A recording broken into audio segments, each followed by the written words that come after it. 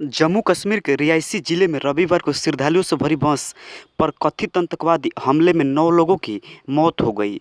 श्रद्धालु शिवखोड़ी मंदिर से लौट रहे थे, तभी आतंकवादियों ने हमला कर दिया।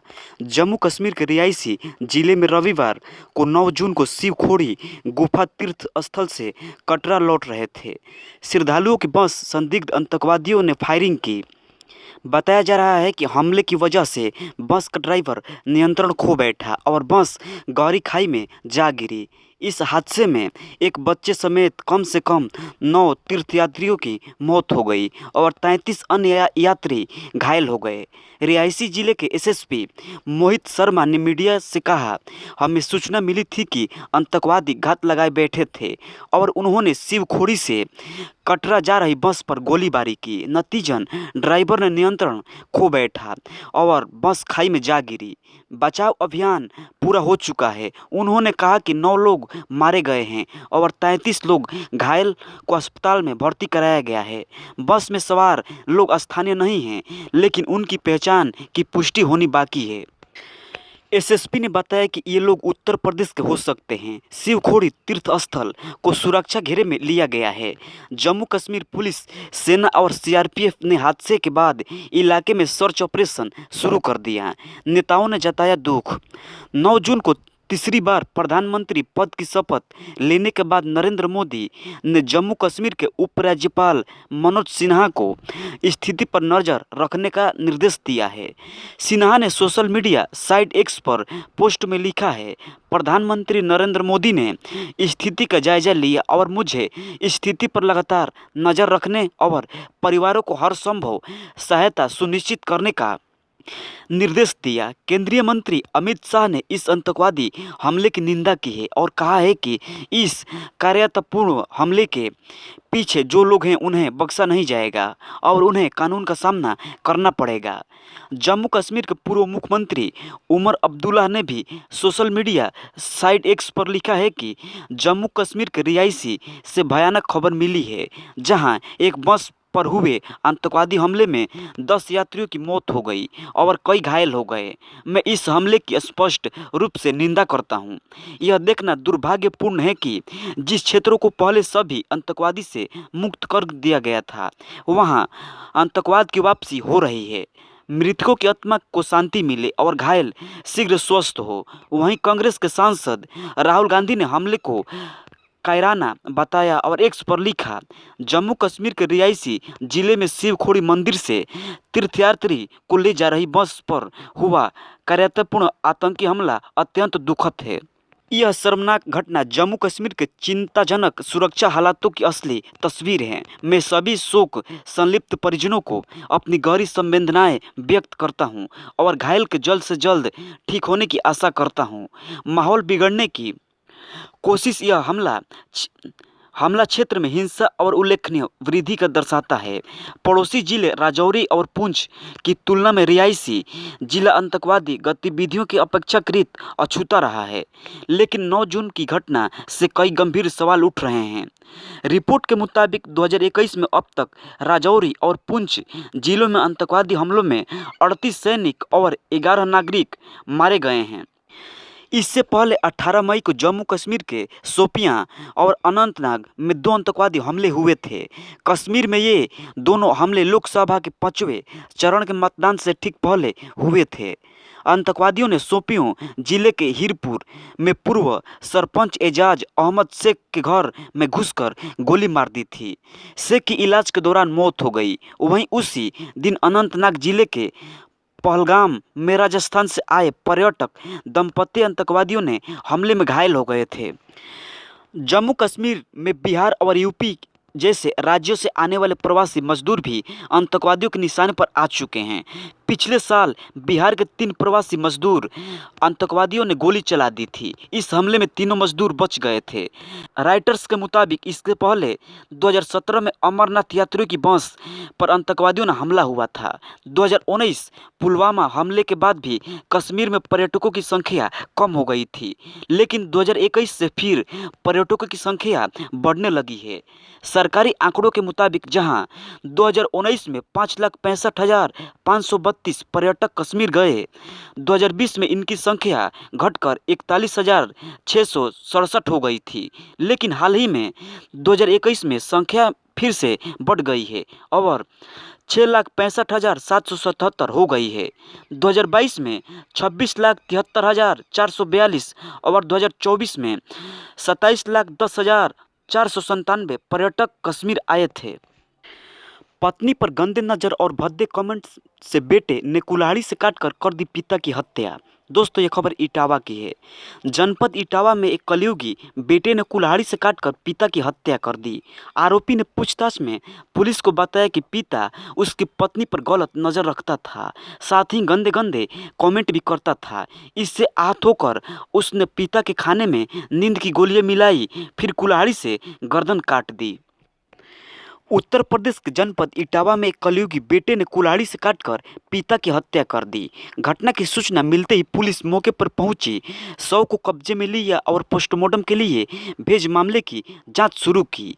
हत्या के कुछ ही घंटों में पुलिस ने मृतक के बेटे अमित राठौर को गिरफ्तार कर लिया। आरोपी ने पूछताछ में पुलिस को बताया कि उसे शराब के नशे की लत है, जिसकी वजह से उसका पिता से साथ विवाद रहता था। इसके अलावा आरोपी ने बताया कि वह चाहता था कि आगरा वाला प्लॉट को बेच दिया जाए, लेकिन उसके पिता इसके लिए तैयार नहीं थे। 30 जून को उसकी मां और बहन ननिहाल गए हुए थे। इसी का फायदा उठाकर उसने पिता के खाने में नशे की गोलियां मिलाई, फिर कुल्हाड़ी से गर्दन काटकर हत्या कर दी। आरोपी ने पुलिस को यह भी बताया कि पिता उसकी पत्नी पर गंदी नज़र रखता था, जिसकी वजह से वह आहत होकर ऐसा कदम उठाया। पुलिस अधीक्षक संजय कुमार ने बताया कि जसवंत नगर में 30 जून की रात में दर्शन सिंह नाम के व्यक्ति की कुल्हाड़ी से हत्या कर दी गई थी। पुलिस द्वारा जांच की गई तो पता चला कि मृतक के बेटे ने ही इस हत्याकांड को अंजाम दिया है। पूछताछ में उसने बताया है कि खुद को बचाने के लिए उसने घर का सामान बिखेर दिया था, जिससे यह घटना लूट की लगे। मौके पर एक स्थानीय बुजुर्ग महिला ने आरोपी को भागते देख लिया था, जिसकी वजह से इस घटना का खुलासा हुआ। हत्या की मूल वजह यह है कि मृतक अपने बेटे की पत्नी पर गंदी नज़र रखता था, साथ ही गंदे कमेंट भी करता था। आरोपी ने आगरा में प्लॉट बेचने के लिए भी कहा था। इस संबंध में भी उसका विवाद चल रहा था। हत्या में इस्तेमाल की गई कुल्हाड़ी भी बरामद कर ली गई है और 302 आईपीसी के अंतर्गत कार्रवाई करते हुए आरोपी को जेल भेज दिया गया है। आरोपी की मां और बहन बीमार नाना को देखने ननिहाल गए हुए थे। घर पर बेटा और पिता अकेले थे। हत्या करने के बाद वह छत के रास्ते घर बंद करके भाग गया था। बीबी के कत्ल, लूट का ड्रामा और सनसनीखेज खुलासा। इस साल की सबसे पेचीदा मर्डर मिस्ट्री की पूरी कहानी। दोस्तों, ये खबर मध्य प्रदेश के जबलपुर की है। मध्य प्रदेश के जबलपुर में हुए रेशमा मर्डर केस के सभी 4 आरोपियों को मंगलवार को जेल भेज दिया गया है। इस हत्याकांड का मुख्य आरोपी रेशमा का पति यानी शुभम चौधरी है, जिसने अपने 3 दोस्तों के साथ इस वारदात को अंजाम दिया था। चारों आरोपियों को पुलिस ने 1 दिन की रिमांड पर लिया था। मंगलवार को उनको कोर्ट में पेश किया गया है, जहां से जेल भेज दिया गया। आरोप है कि शुभम ने अपने दोस्त प्रहलाद सिंह ठाकुर, शिब्बू चौधरी और अनुराग के साथ मिलकर अपनी पत्नी की हत्या कर दी और लाश को लेकर पूरे शहर में घूमता रहा। पुलिस से बचने के लिए उसने लूट की झूठी कहानी गढ़ी थी। इस मामले की जांच के दौरान पुलिस कई जगहों पर शक हुआ। इसके बाद पुलिस ने जब गहनता से जांच की तो पूरा मामला पलट गया। इसके बाद जो कहानी सामने आई उसे सुनकर पुलिस भी सन्न रह गई। पता चला कि शुभम ने ही अपनी बीबी की हत्या की है, लेकिन यह कई सवाल भी खड़े हुए। पहला सवाल यही है कि आखिर उसे क्या जरूरत पड़ी कि उसने रेशमा की हत्या कर दी। इस पूरी साजिश के पीछे की वजह क्या रही होगी? आखिर साजिश की शुरुआत कैसे हुई और पुलिस ने इस ड्रामे का अंत कैसे कर दिया? ये सब जानने के लिए इस पूरे वाक़ये को सिलसिलेवार तरीके से समझना हो गया। शुभम चौधरी अपनी बीवी रेशमा चौधरी और 1.5 साल के बच्चे के साथ अपनी बोलेरो गाड़ी से अपने ससुराल मदर टेरेसा नगर जा रहा था। लेकिन रास्ते में एक जगह पर लुटेरों ने उसे घेर कर उसकी बीवी का कत्ल कर डाला। लूटपाट की इस वारदात के बाद बदहवास पति अपनी बीवी को उसी हालत में लेकर पहले मौके वारदात से करीब 1.5 किलोमीटर दूर अपने ससुराल पहुंचा और फिर उनकी मदद से उन्हें लेकर अस्पताल गया। लेकिन डॉक्टरों ने जहां उसकी बीवी को मृत घोषित कर दिया, वहीं खुद उसके जख्मों की मरहम भी पट्टी की। शुभम ने सबको बताया कि लुटेरों ने गला घोटकर रेशमा का कत्ल कर दिया। विरोध करने पर उसके सिर पर पत्थर से हमला किया, जिससे वो बेहोश हो गया। इसके बाद बदमाशों ने लूटपाट के दौरान उसकी गाड़ी पर भी हमला किया और उसके शीशे चकनाचूर कर डाले। लेकिन अब पुलिस ने जांच शुरू की तो उसे हर कदम पर हैरानी हुई। पुलिस ने पूरी रात मौके वारदात के आसपास के पूरे रिहायशी इलाके में करीब 100 घरों में दस्तक दी और वहां रहने वाले लोगों को जगह जगह कर लूटपाट की ऐसी वारदात के बारे में पूछा। लेकिन पुलिस को इतनी कोशिश के बावजूद एक भी आदमी नहीं मिला जिसने वहां लूटपाट होते हुए देखा हो। इसके बाद पुलिस ने सीसीटीवी फुटेज खंगाल डाले, लेकिन पुलिस को वहां बताए गए वक्त पर कोई भी संदिग्ध लुटेरा आता जाता हुआ दिखाई नहीं दिया। अब पुलिस को शक होने लगा कि लिहाजा पुलिस ने चुपके से शुभम के मोबाइल की सीडीआर यानी कॉल डिटेल्स रिकॉर्ड निकलवाई। इसके बाद उसके बरेला इलाके में मौजूद घर से लेकर उसके ससुराल के पूरे रूट की स्कैनिंग की। लेकिन इस कोशिश में देखा कि उसके मोबाइल फ़ोन की लोकेशन घर से ससुराल से सीधे रास्ते में न होकर शहर से कई अलग अलग हिस्सों में दिखाई दे रही है। इससे भी ज़्यादा अजीब बात यह थी कि वो और उसकी पत्नी के मोबाइल फ़ोन के साथ 3 और नंबर भी ट्रेवल कर रहे थे। सवाल ये था कि ये बाकी के 3 फ़ोन आखिर किनके हैं। अब पुलिस इन नंबरों के बारे में पता लगाया तो पता चला कि ये नंबर शुभम के 3 दोस्तों प्रहलाद सिंह ठाकुर, शिबू चौधरी, अनुराग के हैं। यानी ये तीनों लूटपाट के वक्त भी शुभम के साथ मौजूद थे, लेकिन उसने इनके बारे में पुलिस को कुछ नहीं बताया था। यह अपने आसपास में एक बड़ी और हैरानी करने वाली बात थी कि अब पुलिस शुभम से कई बार अलग अलग पूछताछ कर चुकी थी। पुलिस ने गौर किया कि हर बार उसकी बताई हुई लूटपाट की कहानी में कोई न कोई फर्क दिख रहा था। पहली बार में उसने कहा कि लुटेरों ने जब उसकी बीवी से लूटपाट की कोशिश की तो उसने विरोध किया और लुटेरों ने उसके सिर पर पत्थर से हमला कर दिया और इसके बाद वो करीब 20 मिनट तक बेहोश पड़ा रहा। दूसरी बार उसने बेहोशी की बात नहीं कही, बल्कि कहा कि उसके सामने ही लुटेरों ने मारपीट की, उसकी बीवी का मंगलसूत्र, पर्स, मोबाइल सब छीन लिया। फिर तीसरी बार उसने कोई और कहानी सुनाई, यानी शुभम झूठ बोल रहा था और ऊपर से उसके दोस्तों के मोबाइल फ़ोन की लोकेशन भी उसकी चुगली खा रहे थे। ऐसे में पुलिस ने वारदात के 2 दिन बाद आखिरकार शुभम के साथ साथ इस कत्ल में शामिल उसके 3 दोस्तों को भी गिरफ्तार कर लिया, जिन्होंने न सिर्फ अपना जुर्म कबूल किया बल्कि ये भी बताया कि इस कत्ल के लिए शुभम ने उन्हें 60,000 रुपये देने का वादा किया था। पुलिस पूछताछ में इस हत्याकांड की जो असली कहानी सामने आई उसे सुनकर पुलिस वाले भी स्तब्ध रह गए। शनिवार को ससुराल जाने के बहाने जब शुभम ने अपनी पत्नी को लेकर निकला तो वो पहले से उसे पाठ बाबा मंदिर की तरफ ले गया, वहां दर्शन कराए और फिर खमरिया थाने के मड़ई रांझी के तरफ से ससुराल जाने की बात कही। रास्ते में प्लानिंग के मुताबिक शुभम के 3 दोस्त पहले से ही उसका इंतजार कर रहे थे। उसने दोस्तों को अपनी गाड़ी में बैठा लिया और रांझी के पास वो अपने बेटे के साथ गाड़ी से उतर गया, जबकि उसके दोस्तों ने गला घोटकर शुभम की पत्नी रेशमा की हत्या कर दी। इसके बाद वो लाश को लेकर फिर से आगे निकले और फिर करीब 20 किलोमीटर की दूरी तय कर वो मड़ोताल के मरघटाई गए। वहाँ उन्होंने एक जगह पर लूटपाट का ड्रामा किया और इसके तहत उन्होंने न सिर्फ शुभम की गाड़ी के शीशे पत्थरों से चटका दिए बल्कि उसके सिर पर पत्थर मारकर उसे लहूलुहान कर दिया ताकि उस पर कोई शक न करे। लेकिन इसके बावजूद मोबाइल फ़ोन की लोकेशन शुभम की बातों मौका वारदात पर लूटपाट होने के कोई भी निशान या जस्मदीद न होने और न मिलने से आखिरकार इस मामले का खुलासा ही हो गया। पुलिस ने शुभम के साथ उसके 3 दोस्तों को भी गिरफ्तार कर लिया। अब सवाल ये है कि आखिर एक शख्स ने अपने हाथों से अपने हंसते खेलते परिवार को क्यों उजाड़ लिया। आखिर उसे अपनी प्रेग्नेंट बीबी और उसके 1.5 साल के बच्चे की मां के कत्ल की क्या ज़रूरत पड़ी। तो इसका जवाब है, शादीशुदा होने के बावजूद एक और लड़की से चल रहा था अफेयर। पुलिस की माने तो शुभम का मोनिका नामक एक और लड़की के साथ अफेयर है, जिसके चलते उसने ये पूरी साजिश रची। वो बीबी को अपने रास्ते से हटाना चाहता था। उसकी शादी रेशमा से साल 2020 में हुई थी। 2 साल तक सब ठीक चला, फिर पति पत्नी में लड़ाई चालू हो गई। उससे उसके अवैध संबंधों के बारे में पता चल गया। अब शुभम अपनी पत्नी के सामने ही उस लड़की से बातें करने लगा, उसके साथ चैटिंग करने लगा।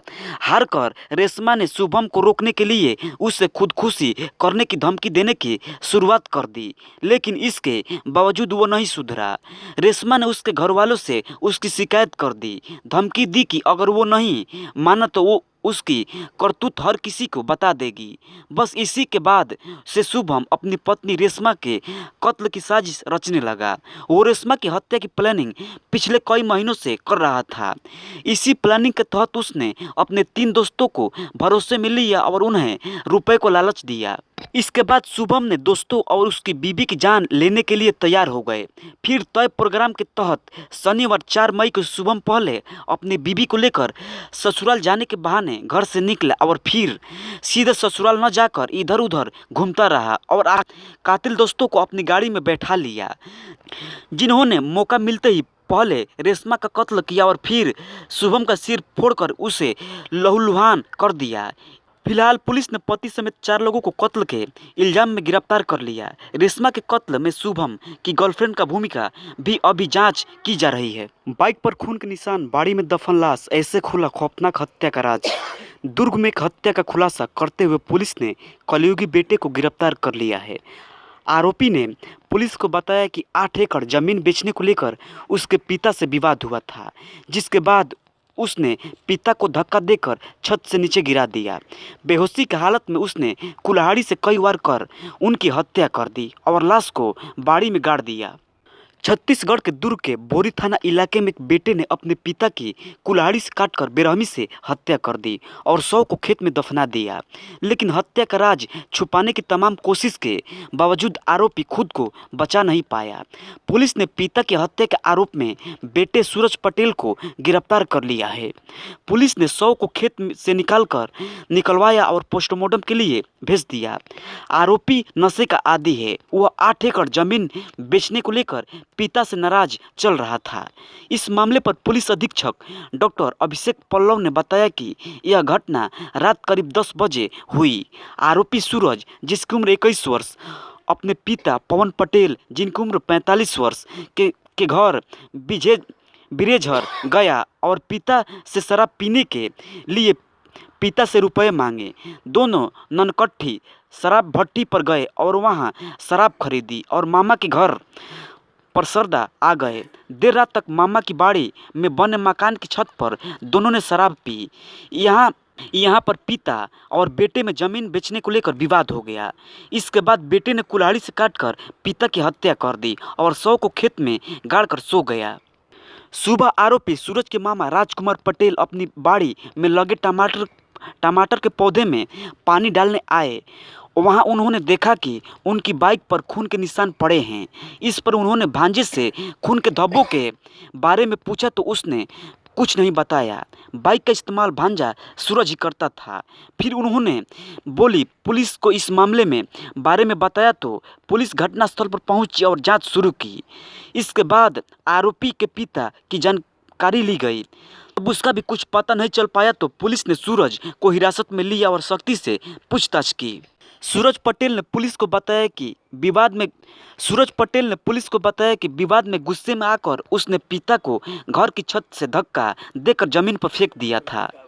इससे पिता बेहोश हो गए और बेसुध हालत में पिता को वह घर के 150 मीटर दूर बाड़ी में ले गया। यहाँ उसने पिता पर कुल्हाड़ी से वार कर उसकी हत्या कर दी और गड्ढा खोदकर शव को बाड़ी में गाड़ दिया। किसी को इसकी खबर न लगे इसके लिए वो चुपचाप घर जाकर सो गया। अपना गुनाह कबूल करने के बाद पुलिस ने आरोपी को गिरफ्तार कर लिया है।